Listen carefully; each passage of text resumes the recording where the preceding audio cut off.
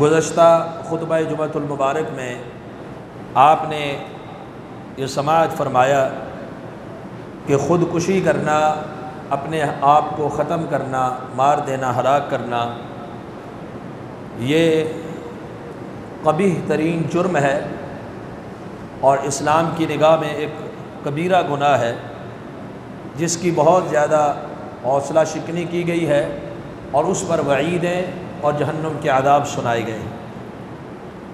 تو جب انسان خودکشی کرتا ہے تو وہ خودکشی اس لیے کرتا ہے کہ اس کے اوپر کوئی دکھ آ جائے، کوئی بیماری آ جائے، کوئی تکلیف آ جائے، کوئی مصیبت آ جائے، پھر وہ اس سے چھٹکارا حاصل کرنے کے لیے، دل کو سکون دینے کے لیے اور اطمینان کے لیے یہ کام کرتا ہے۔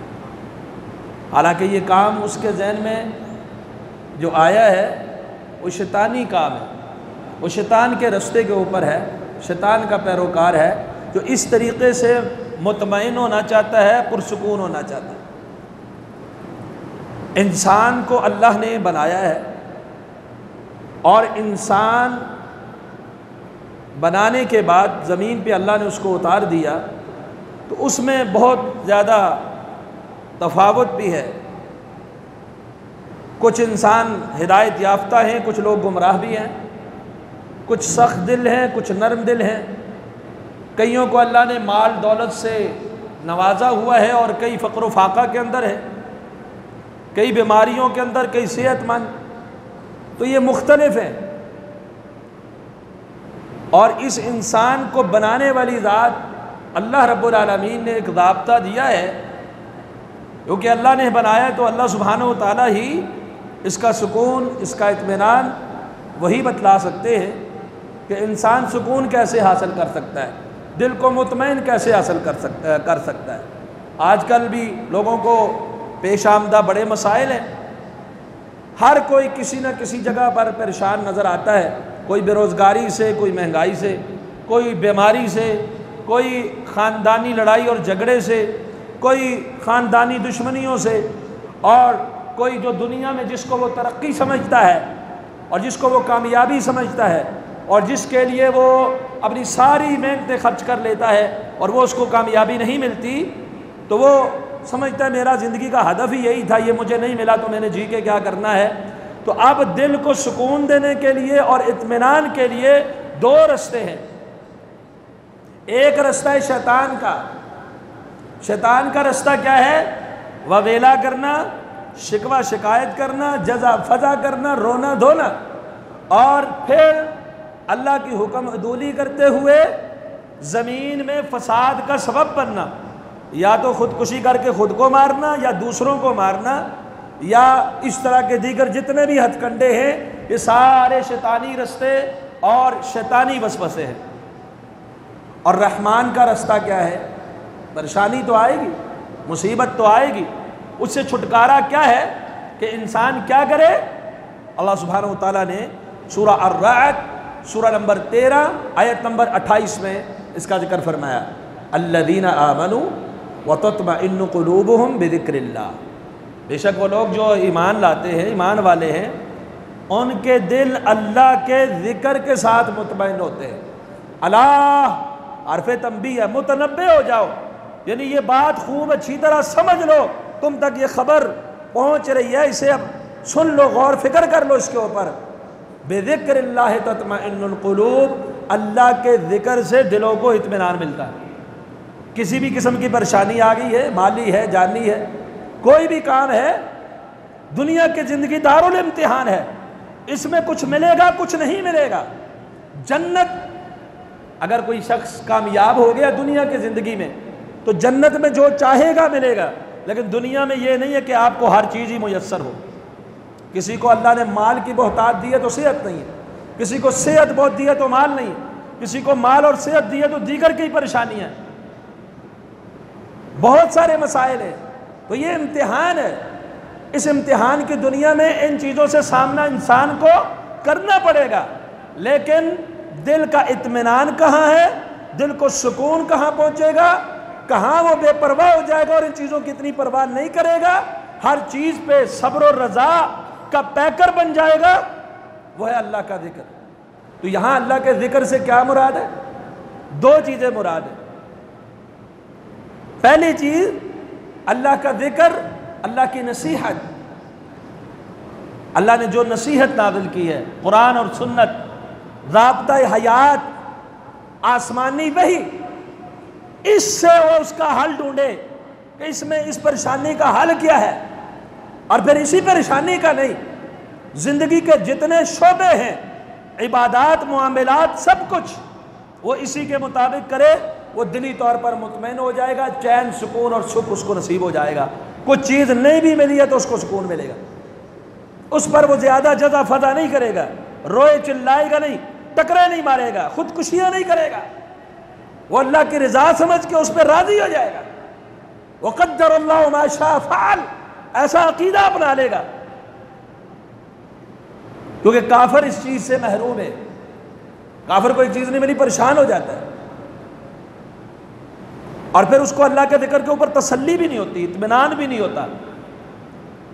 اس کی تسلی کے لیے سائنس ہے، دیگر چیزیں ہیں، جب وہاں سے اس کو کوئی چیز ملتی ہے تو وہ تسلی بخش ہو جاتا ہے۔ لیکن ایک ایمان والے کے لیے تسلی بخش چیز کون سی ہے؟ نصیحت۔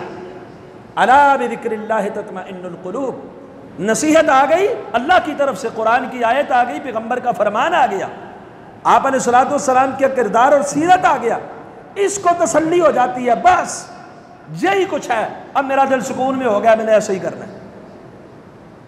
کافر کو ہزار دلیلیں دی جائیں، ہزار آیتیں پڑھ کے سنا جائے، وہ دانشور کی دانشوری ڈھونڈے گا، کسی عقل مند کے پیچھے بھاگے گا، کسی فلاسفر کے پیچھے بھاگے گا کہ یہاں مجھے کیا کرنا ہے، وہ فلسفے اور منطق ڈھونڈے گا۔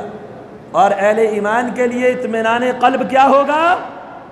الا بذکر اللہ تطمئن القلوب۔ اور دوسرا اس کا معنی اللہ کی یاد، اللہ کو پکارنا، اللہ کے اسماء و صفات کے ساتھ اس کو پکارنا، اس کے ذکر کو بلند کرنا، اللہ اکبر، لا الہ الا اللہ، سبحان اللہ و بحمدہ، دیگر جتنے لا حول ولا قوت الا باللہ، اس سے بھی اللہ دلوں کو چین، سکون اور قرار دے دیتا ہے۔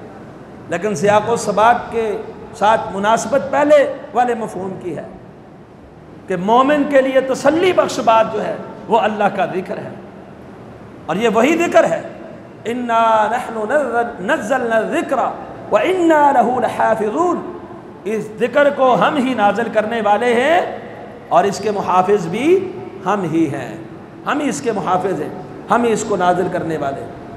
اللہ سبحانہ وتعالیٰ نے آدم علیہ السلام کو جب زمین کے اوپر اتارا، سورہ بقرہ کے اندر بھی اس کا تذکرہ موجود ہے، دیگر کئی مقامات پر بھی، تو سورہ طٰہٰ سورہ نمبر 20 کی آیت نمبر 123 اور 124 میں اللہ سبحانہ وتعالیٰ نے فرمایا، اب یہ غور کا مقام ہے، اللہ تعالیٰ نے فرمایا یہاں سے اتر جاؤ، زمین کے اوپر چلے جاؤ، فَإِمَّا يَأْتِيَنَّكُم مِّنِّي هُدًى، میری طرف سے تمہارے پاس ہدایات آئیں گی، یعنی زمین پر تم اتر جاؤ گے، اب تمہارے معاملات، تمہارے عبادات، تمہاری گفتار، کردار، اخلاق کیا ہوگا، وہ میں رہنمائی کروں گا، اور یہ رہنمائی کہاں سے آئے گی؟ میری طرف سے، وحی کی صورت میں، وحی کی روشنی میں۔ فَإِمَّا يَأْتِيَنَّكُم مِّنِّي هُدًى، آگے کیا فرمایا؟ فَمَنِ اتَّبَعَ هُدَايَ، جو شخص میری ہدایات کی پیروی کرے گا، فَلَا يَضِلُّ وَلَا يَشْقَى، نہ وہ گمراہ ہوگا نہ وہ بدبخت ہوگا۔ یہاں پر ہی سکون آ جاتا ہے نا کہ میں نہ بدبخت ہوں نہ گمراہ ہوں، اگر میں آسمانی ہدایات کے اوپر عمل پیرا ہوں، مجھے اور کیا چاہیے؟ صحت نہیں ملی کوئی پرواہ نہیں، ہدایت تو ملی ہوئی ہے، مال نہیں ملا کوئی پرواہ نہیں، شقاوت سے تو بچ گیا ہوں۔ سورہ بقرہ کے اندر فرمایا تھا فَمَن تَبِعَ هُدَايَ فَلَا خَوْفٌ عَلَيْهِمْ وَلَا هُمْ يَحْزَنُونَ، پریشانیاں کہاں ہیں؟ کوئی خوف نہیں ہوگا اندھا کا، اور پچھلی زندگی پر غم نہیں ہوگا، نہ خوف ہوگا نہ غم ہوگا، کسے؟ جو آسمانی ہدایات پر، اللہ کے ذکر پر، بذکر اللہ پر مطمئن ہو جائے گا اور اسی کو فالو کرے گا، اس کے مطابق زندگی گزارے گا۔ اور یہاں پر فَمَنِ اتَّبَعَ هُدَايَ، اس میں افتعال ہے، حروف کی زیادتی ہے، اس کا مطلب ہے مزید توجہ اور تکلف کے ساتھ اس میں زیادہ محنت کرتا ہے اتباع کے اندر۔ اگر ایک جملے میں اس بات کو ختم کیا جائے تو وہ یہ ہے، پریشانی، مصیبت، تنگی، ڈپریشن، ان کا حل ڈھونڈنے کے لیے آپ کو صرف اور صرف آسمانی ہدایت کی پیروی کرنی پڑے گی، خودکشی کی ضرورت نہیں پڑے گی۔ اور جو پریشان نہیں بھی ہے وہ بھی پریشانیوں سے بچنا چاہتا ہے، بڑی مصیبت سے چھٹکارا چاہتا ہے، دل کا سکون اور اطمینان چاہتا ہے، فَمَنِ اتَّبَعَ ہُدَايَا، جو صحیح تکلف کے ساتھ، اچھے طریقے کے ساتھ میری ہدایات کی پیروی کرے گا، فَلَا يَضِلُّ وَلَا يَشْقَى، نہ ہی وہ دنیا میں گمراہ ہوگا اور نہ ہی وہ بدبخت ہوگا، اللہ کی رحمت سے محروم ہوگا۔ اب یہاں اس آیت میں اللہ سبحانہ وتعالیٰ نے کتاب و سنت، کیونکہ آسمانی وحی کیا ہے؟ آسمانی وحی اللہ کی طرف سے ہدایات کیا ہیں؟ پہلے کتابیں نازل ہوئیں، صحیفے نازل ہوئے، حتیٰ کہ آخری کتاب آ گئی قرآن مجید کی صورت میں، اور آخری پیغمبر خاتم النبیین آ گئے۔ اب قیامت تک آنے والے انسان کے لیے جو اللہ کی طرف سے رہنمائی ہے وہ کیا ہے؟ قرآن کی صورت میں اور صاحب قرآن کی صورت میں۔ اور امام اور سیدنا عبداللہ بن عباس رضی اللہ تعالیٰ عنہ، حبر الامہ، ترجمان القرآن، مفسر قرآن، وہ کیا فرماتے، کتنی پیاری بات کرتے ہیں۔ امام ابن ابی شیبہ نے اپنی کتاب مصنف کے اندر، اور امام حاکم نے المستدرک علی الصحیحین کے اندر ان کا یہ قول ذکر کیا ہے۔ امام ذہبی رحمہ اللہ نے اس کی سند کو صحیح قرار دیا، کہتے ضمن اللہ لمن قرأ القرآن اللہ یضل فی الدنیا ولا یشقى فی الآخرہ۔ پھر انہوں نے یہ والی آیت پڑھی، انہوں نے کہا اللہ ضامن ہو گیا، ذمہ وار ہو گیا، ذمہ دار ہو گیا ہے، اللہ ضامن ہے اس شخص کا جو قرآن پڑھتا ہے، قرآن کے مطابق عمل کرتا ہے۔ کیا اللہ ضامن ہے؟ کہ وہ دنیا میں گمراہ نہیں ہوگا، آخرت میں بدبخت نہیں ہوگا۔ دنیا میں گمراہ نہیں ہوگا، آخرت میں بدبخت نہیں ہوگا۔ اللہ یضل فی الدنیا ولا یشقى فی الآخرہ۔ کون آدمی؟ لمن قرأ القرآن، جو قرآن پڑھتا ہے اور قرآن کو اپناتا ہے، اس کے مطابق اس کا عمل اور عقیدہ ہے، وہ آدمی کبھی بھی گمراہ نہیں ہوگا، آخرت میں بدبخت نہیں ہوگا۔ اس چیز کا ذمہ دار اور ضامن کون ہے؟ اللہ۔ گویا اللہ نے گارنٹی دے دی۔ عبداللہ بن عباس رضی اللہ عنہ فرمانا چاہتے ہیں اللہ نے گارنٹی دے دی، اگر آپ قرآن کو پڑھتے اور عمل کرتے ہیں آپ دنیا میں گمراہ نہیں ہوں گے اور آخرت میں آپ اللہ کی رحمت سے محروم نہیں ہوں گے اور بدبخت نہیں ہوں گے۔ لیکن ہمارا تو حال ہی الٹا ہے، ہم پریشان ہیں تو شیطان کے رستے پہ چل پڑتے ہیں۔ کیوں؟ ہماری عام عوام کو ذہن جو دے دیا گیا قرآن پڑھے گا تو گمراہ ہو جائے گا۔ عبداللہ بن عباس کیا فرماتے ہیں؟ قرآن پڑھے گا تو گمراہ نہیں ہوگا، قرآن پڑھے گا تو قیامت والے دن محروم نہیں ہوگا۔ اور یہ کیا کہتے ہیں مولوی صاحب؟ قرآن ہی پڑھنا، گمراہ ہو جائے گا۔ قرآن کو ہاتھ نہیں لگانا، ترجمے والا قرآن مسجد میں نہیں رکھنا، یہ علماء کے لیے ہے۔ تو علماء نے ترجمہ کس کے لیے کیا ہے؟ اردو میں کس کے لیے ترجمہ کیا؟ اپنے لیے۔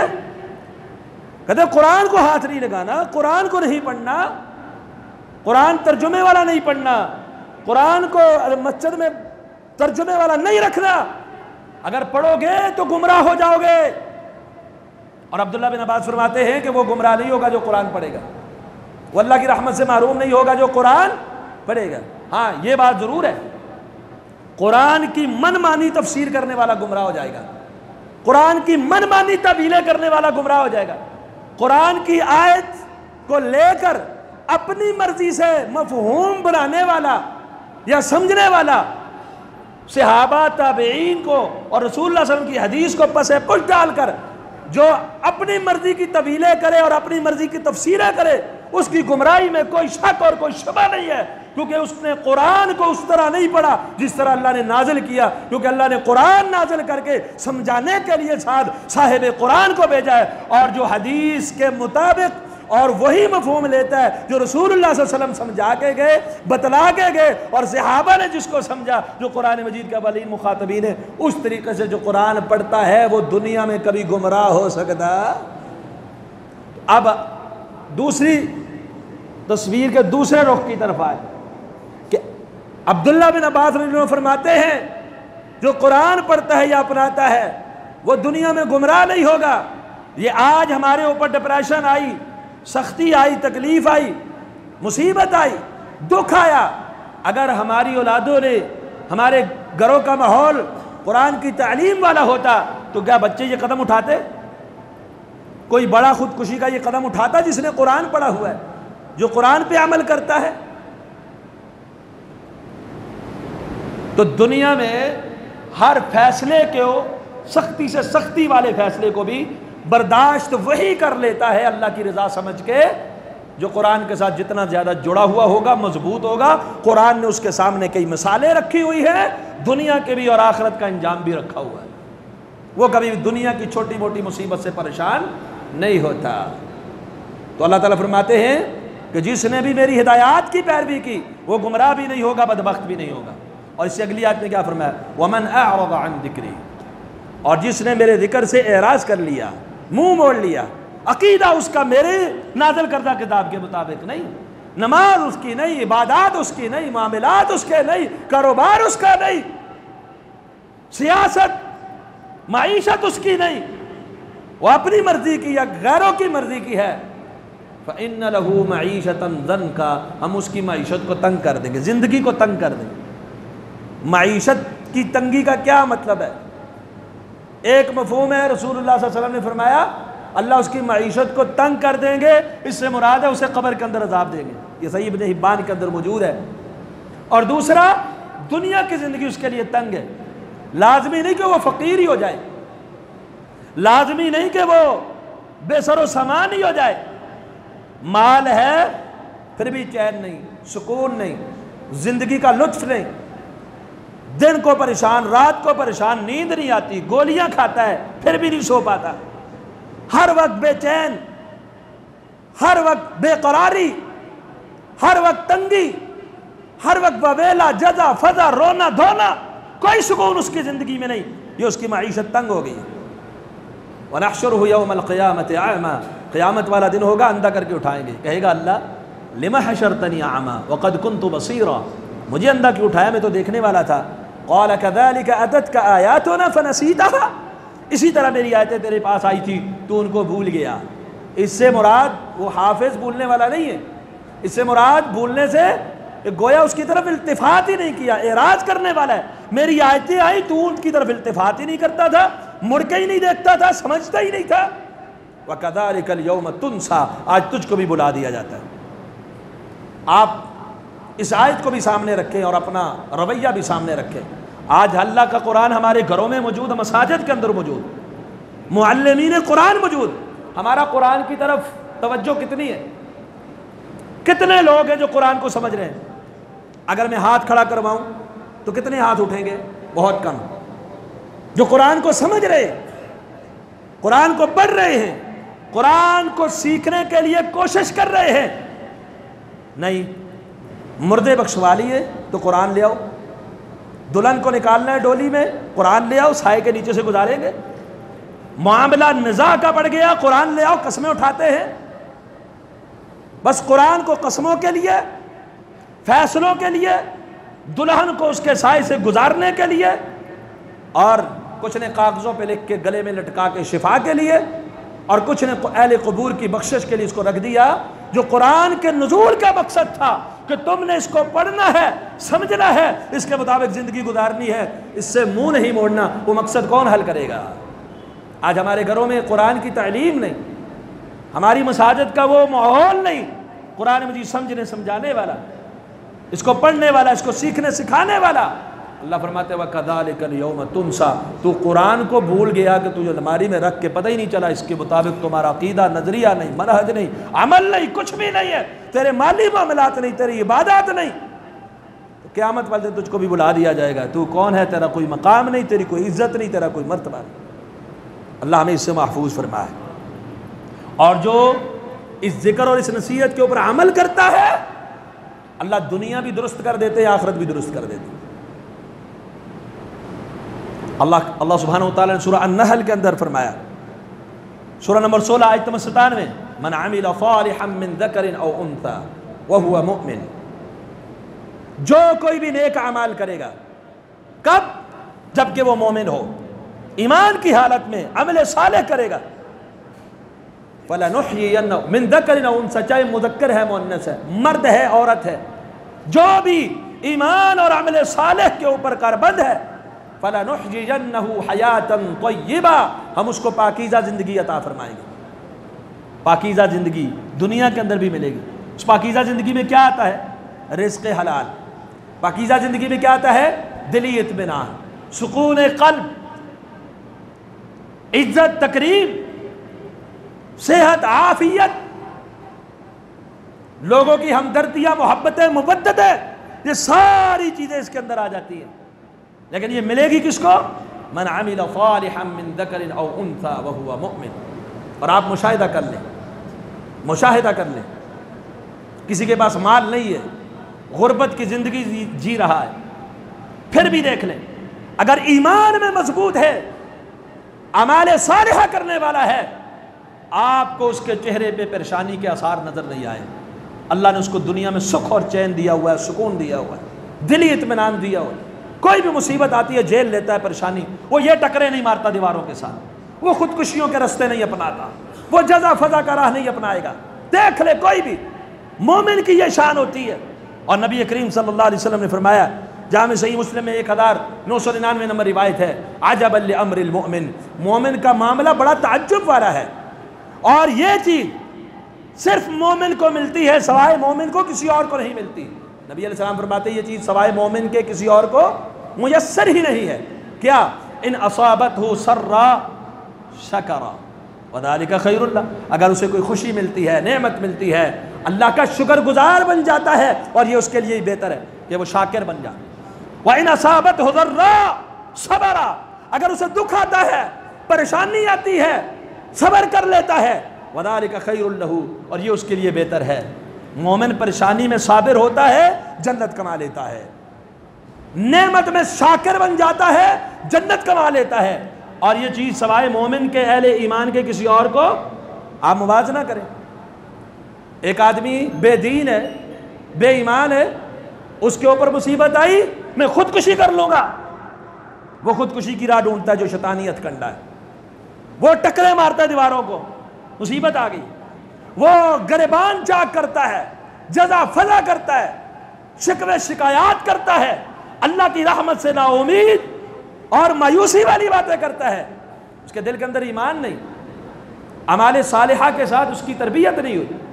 اور جو مومن ہے، عمل صالح کرنے والا ہے، وہ کبھی ٹکرے مارتا ہوا آپ کو نظر نہیں آئے گا، وہ صابر بنے گا، وہ کبھی جزا فضا کرنے والا نظر نہیں آئے گا، اور وہ مصیبت اس کے لیے مصیبت ہی نہیں رہے گی، وہ دکھ اس کے لیے دکھ ہی نہیں رہے گا، بلکہ اجر کی صورت میں اللہ سبحانہ و تعالیٰ انما یوفی الصابرون اجرہم بغیر حساب، اللہ بغیر حساب کو اس کو اجر و ثواب عطا فرما دے، مزید جنت کی نعمتیں کما لے گا۔ اور اس کے علاوہ جو زندگی کے اندر اطمینان قلب کے لیے ضروری ہے، سکھ اور چین کے لیے ضروری ہے، وہ ہے ایمان، عمل صالح، اللہ کی شریعت کی پابندی کے ساتھ ساتھ نماز کی پابندی اور صبر۔ یار بچے کو یہ آیت یاد ہے، لیکن عملی طور پر کمزوری ہے۔ یا ایھا الذین آمنوا استعینوا، آگے کیا ہے جی؟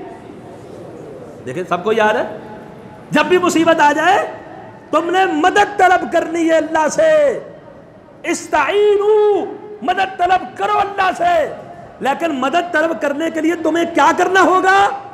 ایک صبر اور دوسرا نماز، ایک صبر اور دوسرا نماز۔ استعینوا بالصبر والصلاۃ، صبر کا کیا معنی ہے؟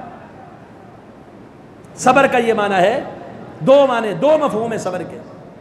ایک استقامت، اللہ کے احکامات پر بجا تکلیف کے باوجود بھی ڈٹ جانا، یہ ہے صبر۔ یا ایھا الذین آمنوا اصبروا وصابروا۔ اور ایک ہے جزا فضا اور وبیلا نہ کرنا، صبر کر لینا، ضبط کر لینا اپنے اوپر۔ یہ دونوں مفہوم ہے صبر کے۔ ایک تو آپ نے شریعت کو پھر بھی نہیں چھوڑنا، شریعت کے حکم پر عمل کرنا ہے، یہ صبر ہے، اور پھر جزا فضا نہیں کرنی، صبر، کنٹرول، ضبط۔ اور دوسرا نماز پڑھنی ہے، نماز کی پابندی کرنی ہے۔ کتنے لوگ نماز کے پابند ہیں؟ پھر کہتے ہیں ہمیں دلوں کو سکون نہیں ملتا، اور سکون لینے کے لیے کہاں جاتے ہیں؟ وہ کسی کے پاس چلے گئے، جی گھر میں بڑی پریشانی ہے، وہ کہتے ہیں یہ لو گھول کے پی لینا، 20,000 روپے 10,000 روپے، وہ سکون ملے گا اس کو؟ کہاں سکون ملے گا؟ وہ جو پاس تھوڑے بہت تھے وہ بھی وہ لے گیا، اگلی بار آگے جی سکون نہیں ملا، اچھا اب اس سے بڑے والا لے لو، 30,000 والا یہ لو، 4-5 لکیریں ہی مارنی اس نے، دے دینا، سکون نہیں ہے جی، فلاں شخص نے میرے اوپر جادو کروا دیا ہوگا، فلاں نے یہ، مزید ٹینشن ہے، مزید پریشانیاں، تمہارے ہی خاندان کا کوئی ہے اس نے تمہارے اوپر کچھ کر دیا ہے، مزید پریشانیوں میں اس کو مبتلا کر دے گا۔ اور یہی بندہ جب رب کے سامنے سجدہ ریز ہو جائے پھر دل کو سکون اور قرار آ جائے گا، جب سجدہ سکون والا ہو، سجدہ بھی سکون والا ہونا ضروری ہے نا۔ ہماری نماز بھی کوے کی طرح ہے، کوے کو 4-5 دانے ڈال کے دیکھ لینا اور اپنی نماز کی ویڈیو بنا کے دیکھ لینا، وہ چونچے مارتا ہے، ہم بھی نیچے جانے سے پہلے اٹھ جاتے ہیں، اٹھنے سے پہلے جھک جاتے ہیں۔ نماز سکون والی، اطمینان والی، سجدہ لمبا طویل، اللہ کے ساتھ دلی تعلق کو جب مضبوط کیا جائے گا، اللہ پریشانیاں ختم کر کے اس دل کو قرار دے دے گا، سکون دے دے گا، اطمینان دے دے گا۔ اللہ فرماتے استعینوا بالصبر والصلاۃ ان اللہ مع الصابرین۔ اور ایک اور نسخہ اللہ سبحانہ و تعالیٰ نے سورہ طلاق سورہ نمبر 65 میں فرمایا، اس کے آیت نمبر 4 میں اور اس سے آگے، آیت کے اواخر ہیں، ایک فرمایا وَمَن يَتَّقِ اللَّهَ يَجْعَلْ لَهُ مَخْرَجًا، جو اللہ سے ڈرتا ہے اللہ تنگیوں سے نکلنے کی راہیں ہموار کر دیتا ہے۔ اب تقویٰ کیا کہتے ہیں؟ تقویٰ کس کو کہتے ہیں؟ تقویٰ کہتے ہیں پرہیزگاری کو۔ پرہیزگاری کا مطلب ہے زندگی گزارتے ہوئے وہ کام کرنے ہیں جس کی اجازت ہے، اور وہ کام ضرور کرنے ہیں جو حکم ہے، اور جن کاموں سے روکا گیا ان کے نزدیک بھی نہیں جانا۔ یہ تقویٰ۔ تقویٰ اس چیز کا نام نہیں آپ ایسے رومال پیٹ کے روتے رہے ہر وقت، ڈرے رہے، یہ نہیں تقوی کرنا، وہ الگ بات ہے، خشیت خوف الگ بات ہے، وہ بھی بہت اچھی بات ہے، تقوی کی اعلیٰ قسم ہے، لیکن وہ بھی اللہ کے سامنے اکیلے میں تنہائیوں میں تب۔ لیکن تقویٰ یہ ہے آپ اللہ کی شریعت کے پابند بن جائیں، احکامات کی پابندی اور منہیات سے اجتناب، یہ ہے تقویٰ۔ پرہیزگاری جس کو کہتے ہیں، ڈاکٹر آپ کو دوائی دیتا ہے، حکیم کہتا ہے یہ کام کر، یہ چیز کھانی ہے، یہ دوائی، اور فلاں چیز دوائی کے ہوتے ہوئے نہیں کھانی، جب وہ کھائیں گے تو بگاڑ آ جائے گا، فساد آ جائے گا۔ تو ایسے ہی اللہ نے کہا یہ کام نہیں کرنے، بس ان سے رک جانا ہے، اپنے آپ کو بچانا ہے۔ یہ تقویٰ جب آ جائے گا، یجعل لہ مخرجا، جب بھی کوئی تنگی، جب بھی کوئی مصیبت، جب بھی کوئی پریشانی آئے گی، اللہ اس کا رستہ ہموار کر دے گا، کھول دے گا رستے، کشادگیاں عطا کر دے گا۔ ہم بھی قرآن پڑھتے ہیں، اب قرآن سے رہنمائی نہیں لیتے، صحابہ بھی قرآن پڑھتے تھے، وہ رہنمائی لیتے تھے۔ اب یہ آیت ہم نے کتنی بار سنی ہوگی، لیکن ہم نے اس پر کبھی غور نہیں کیا۔ امام ابن کثیر اپنی تفسیر کے اندر ایک روایت لائے عبداللہ بن مسعود رضی اللہ تعالیٰ عنہ سے، وہ فرماتے ہیں ان اکبر آیت فی القرآن فرجا ومن یتق اللہ یجعل لہ مخرجا، قرآن کی سب سے بڑی آیت تنگیوں، پریشانیوں، ٹینشنوں سے نکلنے کے لیے اگر کوئی ہے تو وہ یہ ہے کہ جو اللہ سے ڈر جاتا ہے اللہ نکلنے کے راستے آسان کر دیتا ہے۔ یہ آیت قرآن کی سب سے بڑی ہے فرج کے اعتبار سے، غمگینیوں سے نکلنے کے اعتبار سے۔ اور دوسرے مقام پہ اللہ نے فرمایا وَمَن يَتَّقِ اللَّهَ يَجْعَلْ لَهُ مَخْرَجًا وَيَرْزُقْهُ مِنْ حَيْثُ لَا يَحْتَسِبُ، اللہ اس کو وہاں سے عطا فرمائے گا، اس کا وہم و گمان بھی نہیں ہوگا۔ آپ نعمتیں چاہتے ہیں، نعمتوں کے زوال سے چھٹکارا چاہتے ہیں، تو اللہ وہاں سے نعمتیں میسر فرمائے گا، آپ کا یہاں تک وہم و گمان بھی نہیں جائے گا۔ کرنا کیا ہوگا؟ یتق اللہ، ومن یتق اللہ یجعل لہ من امرہ یسرا، جو اللہ سے ڈر جاتا ہے اللہ اس کے کام آسان کر دیتا ہے۔ یہ کیا چھوٹی چھوٹی باتوں پہ خودکشیاں، چھوٹی چھوٹی باتوں پہ ٹکرے، چھوٹی چھوٹی باتوں پہ دشمنیاں، واویلے، جھگڑے، لڑائی۔ یجعل لہ من امرہ یسرا، جو چاہتا ہے میرا ہر کام صحیح ہو جائے۔ دنیا کہتی ہے نا جس کام کو ہاتھ ڈالتا ہوتا ہی نہیں، جو کام بھی کروں پتہ نہیں کچھ ہوتا ہی نہیں، ہوگا، آپ نے کرنا ہے۔ اللہ کا تقوی اختیار کر لیجئے، یجعل لہ مخرجا یجعل لہ من امرہ یسرا، آپ کے کام کو آسان بنانا یہ اللہ کی طرف سے گارنٹی، لیکن اس کے لیے کرنا کیا ہوگا؟ شریعت کی پابندی۔ اس کے علاوہ کثرت کے ساتھ استغفار پریشانیاں ختم کر دیتا۔ دعا، اور دعا میں بھی تنہائیوں کی دعا. ہم نے دعا کو بھی فیشن بنا دی ہے. نماز پڑھ کے مولوی صاحب ہاتھ اٹھائیں گے ہم بھی اٹھائیں گے، وہ پھیر دے ہم بھی پھیر دیتے، وہ نہیں اٹھاتا تو چھوڑ دو، ہم بھی نہیں اٹھاتے. حالانکہ نبی علیہ السلام نماز کے بعد اپنے اذکار کرتے تھے. وہ یہ طریقہ نہیں تھا کہ پہلے دعا کرو جی سارے دعا کریں، پھر سنتے پڑھ کے پھر بیٹھ جاؤ پھر سارے دعا کرو جی. وہ پڑھا کچھ ہے بھی نہیں پھر بھی دعا کر لی بس. اور بعد دفعہ کوئی فوت ہو جائے تو وہاں دعا کا ہم مذاق اڑاتے ہیں، بار بار دعا کرو جی دعا کرو جی دعا کرو جی، حاضری لگوانے کے لیے کہ میں بھی آیا ہوں. ابھی سب نے دعا کی پھر حاضری لگاتا ہے میں بھی آیا ہوں. تیسرا کہتا ہوں میں بھی آیا ہوں، اس کو دعا کے ساتھ جوڑ دیتے. اور فلاں کام ہے جی آج دعا ہے جی آج ختم ہے جی آج فلاں ہے جی. اصل دعا کیا ہے؟ کبھی تنہائیوں میں رب کے سامنے ہاتھ پھیلا کے اس کی تعریف کر کے آنکھوں سے آنسو بہا کے دل کو ذرا جھنجھوڑ کے عاجزی اور انکساری کی انتہا کر کے رب کو پکارے. آپ کا کام ہوگا کہ نہیں ہوگا؟ وہ اللہ سننے والا. قد سمع اللہ قول التی تجادلک فی زوجہا. ایک عورت آئی، پھر کبھی انشاءاللہ اس کا بیان کروں گا. زہار خامن نے کر دیا، کہا دیا تو میری ماں کی طرح. نبی علیہ السلام نے کہا کچھ نہیں ہو سکتا، اب تو اپنے خامن پہ حرام ہو گئی. اس نے کیا کیا؟ وَتَشْتَكِي إِلَى اللَّهِ، اللہ کے سامنے شکایت ہو گئی اللہ. اور ام المؤمنین سیدہ عائشہ فرماتی ہے کہ یہ عورت اپنے زبان میں کچھ بات کر رہی تھی، ہمارے کانوں تک آواز نہیں آئی، اللہ رب العالمین نے عرش بری پر سن لیا اور فوراً قرآن کی صورت میں نازل کر دیا. واللہ یسمع تحاورکما واللہ سمیع علیم. اللہ سننے والا ہے. فوراً حکم نازل کر دیا اس کا خامن کفارہ دے اور یہ اس خامن کی بیوی ہے. حکم نازل ہو گیا. اب اللہ کو پکارے، اللہ نے وہاں اس کے پکار پر پورا قانون نازل کر دیا، اس سے پہلے والے قانون کو ختم کر دیا. لیکن اس نے کیا تھا؟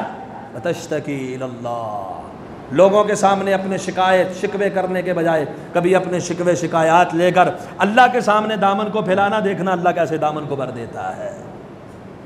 دعا کے بعد یہ کام بہت ضروری ہے کہ صابر ہونا چاہیے بندہ، مصیبت آئے صبر کرے، اور شاکر ضرور ہونا چاہیے. ایسے بندے کا کچھ نہیں ہو سکتا جب بھی اس کو نعمتیں ملے نہ رب کو پکارتا ہے اور نہ ہی نعمتوں پہ شکر گزار بنتا ہے. جب پریشانی آتی ہے تو پھر گڑ گڑانا شروع کر دیتا ہے. ایسے بندہ بھی صحیح نہیں ہوتا. نعمتوں میں بھی پکارنے والا اور نعمتوں کے اندر بھی اللہ کو یاد کرنے والا اور شکر گزار، اسی کی پریشانی اللہ ختم کر کے دل کو سکون عطا فرماتا ہے. اور نبی علیہ السلام نے بھی فرمایا جو شخص یہ چاہتا ہے اللہ اس کی سختیوں کے وقت دعائیں قبول کر لیا کرے، اسے چاہیے کہ جب خوشحال ہو تو کثرت سے دعائیں کیا کرے. یہ جامع ترمذی کی روایت. اور اللہ نے فرمایا انسان کی تو عادت ہے اذا مس الانسان الضر دعانا لجنبه قاعدا او قائما، جب مصیبت آتی ہے لیٹے بیٹھے اٹھے پکارتا رہتا ہے. فلما کشفنا عنه ضره مر كأن لم يدعنا الى ضر مسا. جب تکلیف دور کرتے تو ہمیں بھول ہی جاتا ہے گویا اس کو کوئی تکلیف پہنچی ہی نہیں. رب کو بھول جاتا ہے، پکارتا ہی نہیں. تو جو خوشحالی ہو تب بھی، سکون ہو تب بھی، بے چینی ہو تب بھی، مصیبت ہو تب بھی، ہر خوشی اور تنگی دونوں حالتوں میں رب کو پکارتا ہے اور صابر اور شاکر ہے، اللہ اس کو اوپر مصیبتوں کو آنے ہی نہیں دیتا اور اس کے دل کو ویسے ہی اطمینان میں رکھتا ہے، سکون میں رکھتا ہے. اللہ سے دعا ہے اللہ ہمیں عمل صالح کرنے کی توفیق عطا فرمائے. قولوا قولی ھذا استغفر اللہ لی ولکم.